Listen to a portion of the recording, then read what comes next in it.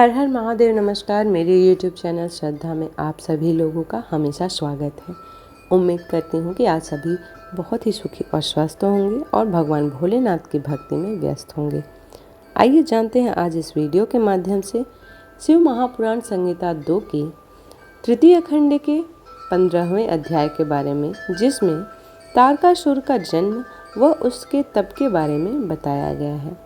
ब्रह्मा जी बोले, हे मुनिश्रेष्ठ नारद, कुछ समय बाद वज्रांग की पत्नी गर्भवती हो गई। समय पूर्ण होने पर उसकी पत्नी ने एक पुत्र को जन्म दिया। वह बालक बहुत लंबा चौड़ा था। उसका शरीर बहुत अधिक विशाल था। वह अत्यंत शक्तिशाली और पराक्रमी था। उसके जन्म के समय पर सारे संसार में कोहराम मच गया। चारों ओर उपद्रव होने लगे। आकाश में भयानक बिजलियां चमकने लगी तथा चारों दिशाओं में भयंकर गर्जनाएं होने लगी। धरती पर भूकंप आ गया। पहाड़ कांपने लगे। नदी सरोवर का जल जोर जोर से उछलने लगा। चारों ओर आंधियां चलने लगी। सूर्य को राहु ने निगल लिया और चारों ओर अंधकार छा गया। उसके जन्म के समय ऐसे अशुभ लक्षणों को देखते हुए कश्यप मुनि ने उसका नाम तारक रखा।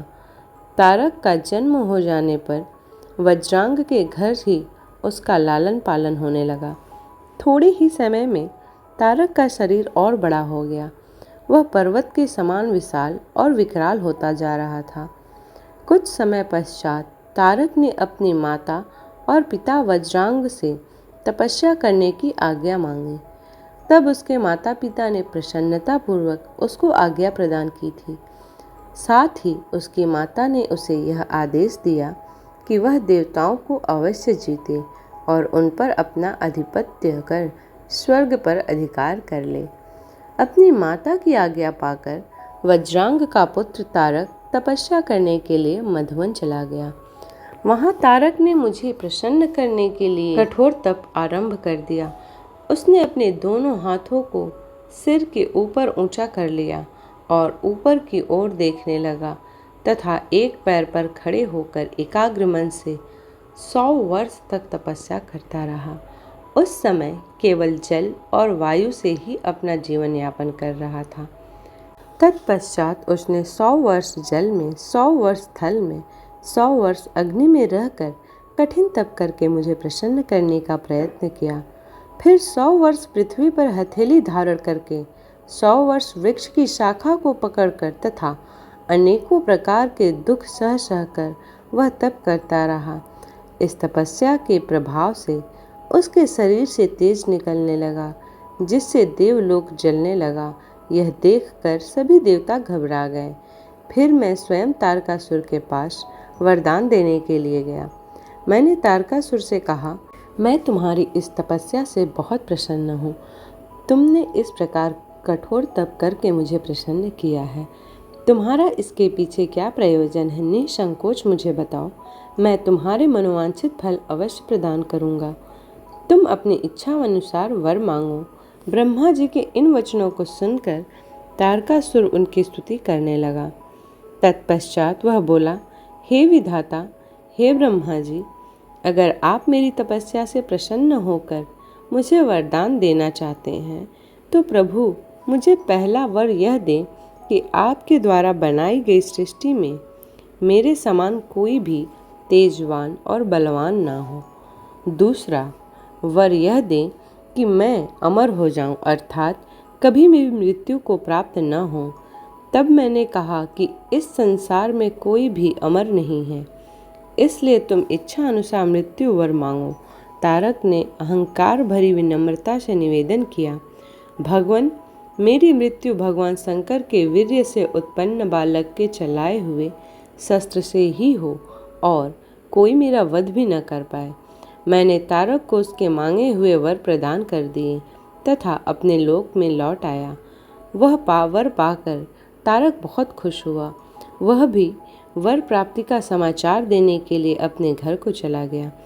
दैत्यों के गुरु शुक्राचार्य ने तारक को असुरों का राजा बना दिया। अब तारक तारकासुर नाम से प्रसिद्ध हो गया। वह तीनों लोक पर अपना अधिकार स्थापित करना चाहता था, इसलिए सबको पीड़ित करता और उसने युद्ध इसलिए सबको पीड़ित कर उनसे युद्ध कर उन्हें हराकर सबके राज्यों पर अपना अधिकार जता रहा था। स्वर्ग का राजा इंद्र ने भी डर कर अपना वाहन ऐरावत हाथी, अपना खजाना और 9 सफ़ेद रंग के घोड़े उसे दे दिए। ऋषियों ने डर के मारे कामधेनु गाय तारकासुर को दे दी। उत्तम वस्तुएं थीं, उन्हें भी दैत्य राज तारक ने अपने अधिकार में ले लिया। इतना ही नहीं, समुद्रों में भयभीत होकर अपने अंदर छिपे हुए अमूल्य रत्न निकालकर तारकासुर को सौंप दिए। तारकासुर के भय से पूरा जगत कांपने लगा था। उसका आतंक दिनों दिन बढ़ता जा रहा था। पृथ्वी, सूर्य, चंद्रमा, वायु, अग्नि सभी तारकासुर के डर के कारण अपने सभी कार्य सुचारू रूप से कर रहे थे। दैत्यराज तारकासुर ने देवताओं और पितरों के भागों पर अपना अधिकार जमा लिया था। उसने इंद्र को युद्ध में हराकर स्वर्ग का सिंहासन भी ले लिया था। उसने स्वर्ग के सभी देवताओं को वहां से निष्कासित कर दिया, जो अपनी प्राण रक्षा के लिए इधर उधर भटक रहे थे।